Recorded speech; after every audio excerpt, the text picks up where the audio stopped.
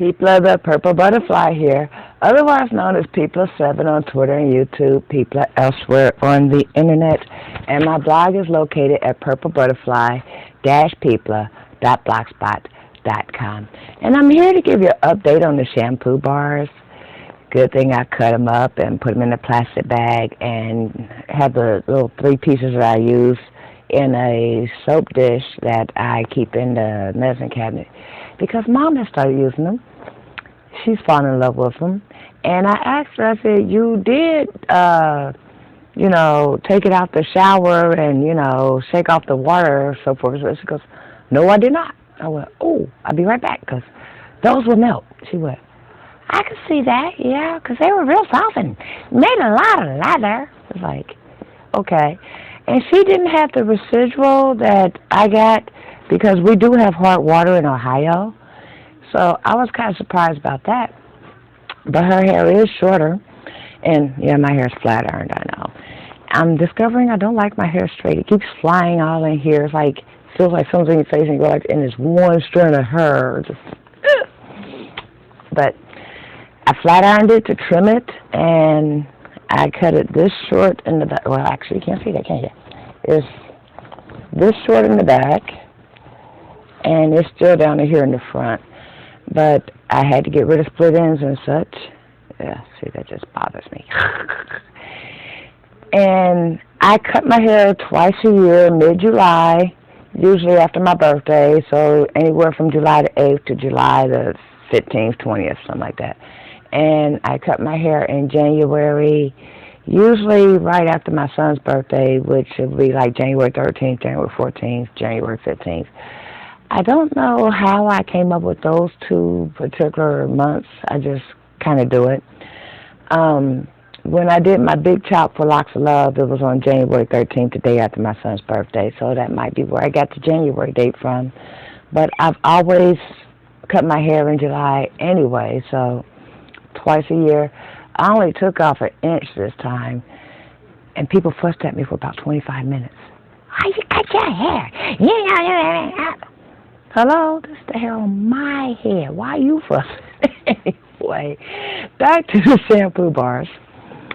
I discovered, because for some odd reason, I allowed myself to run out of vinegar. I know, right? I buy the stuff by the gallon, and somehow I managed to run out of vinegar. I think somebody in this house might be helping me use it. But that meant I couldn't do a ACV rinse or even a vinegar rinse after washing my hair.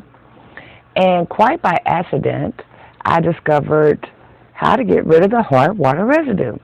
Because after I did my hair the first time, I flat ironed it. Before I had a chance to actually trim it, had to go to the store. Got outside, got in my car, sun shining, it's bright and pretty. I go to the store. I get from the door of the store to the door of my car, it started raining downpour. And in not even 4 seconds, I got drenched. My hair went from straight to, hey, how you doing? Did you miss me? I'm your curls. And so that took away the opportunity to trim the ends all nice and even there because, well, the hair was wet.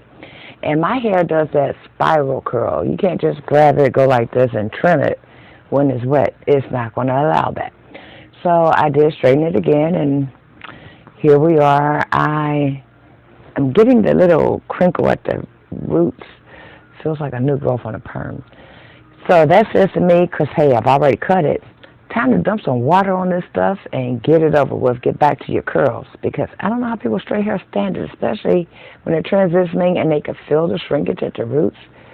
I don't like it. Anyway, I'm thinking, well, what can I do? I need to wash my hair and we're out of vinegar.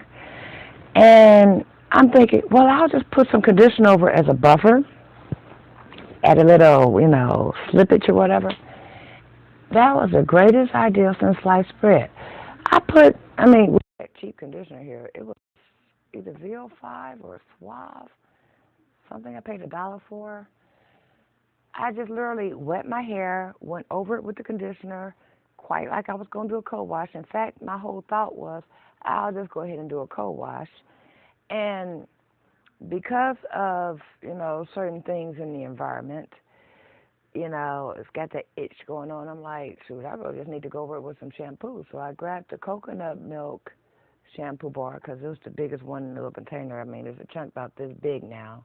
The neem tea tree oil is down to this big. And the summer sunshine is still full size, but I remember that day when I spent the day going like this, literally the whole day, because bees kept trying to fly in my hair. It smells really good, like, a garden of flowers. Without the garden part, just the flowers and like a citrusy afterflow. There's no herbal. Anyway, I put the conditioner in my hair without rinsing out the conditioner. I just literally started applying the shampoo, lathered it up, got a nice big hit of suds.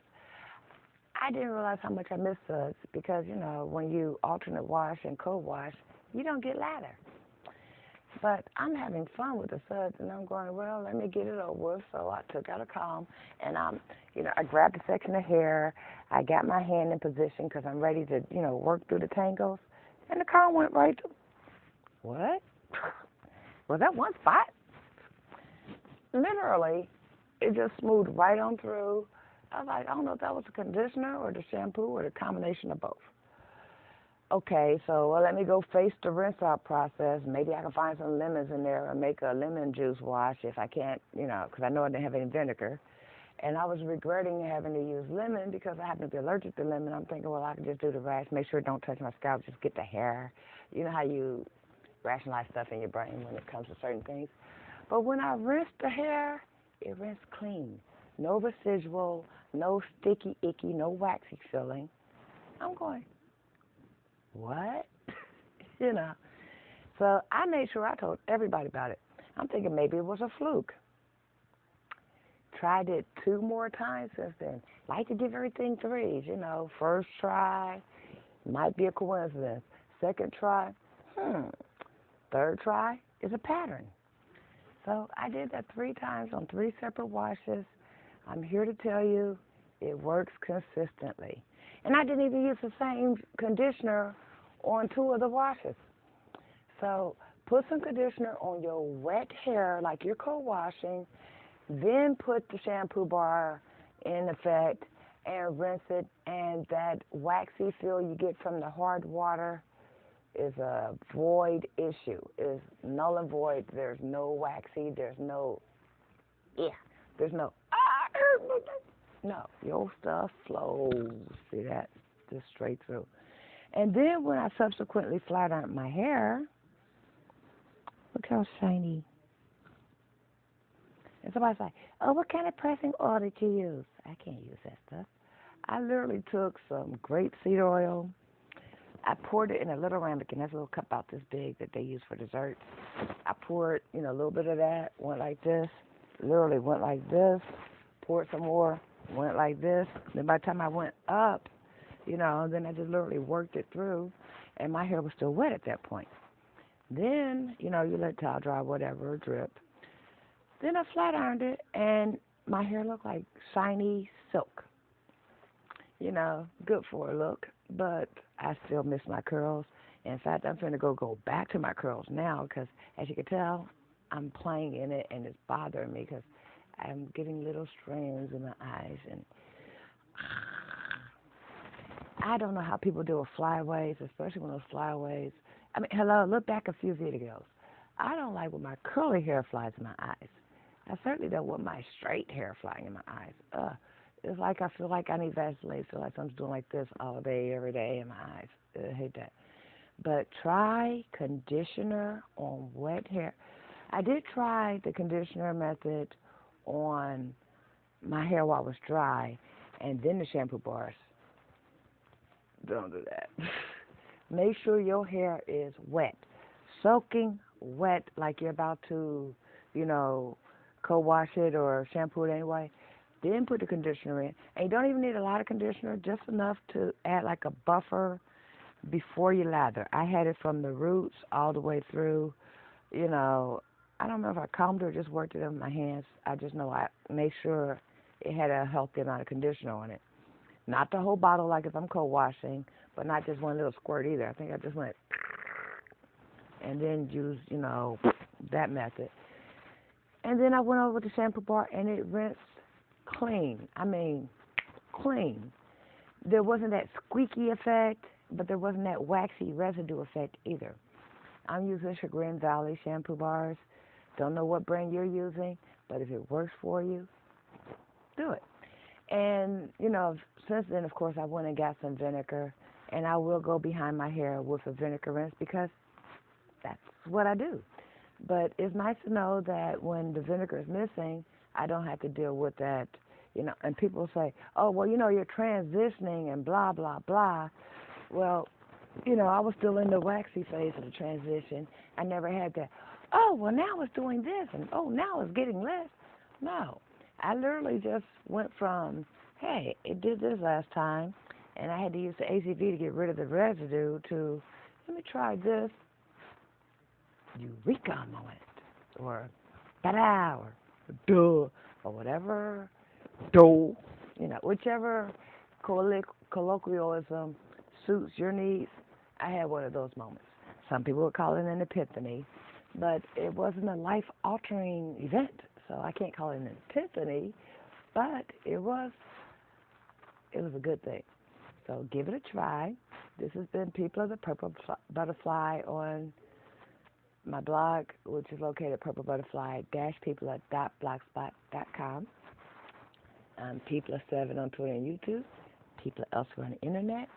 And y'all stay blessed, stay tuned. Don't forget to rate, comment, and subscribe. Bye now.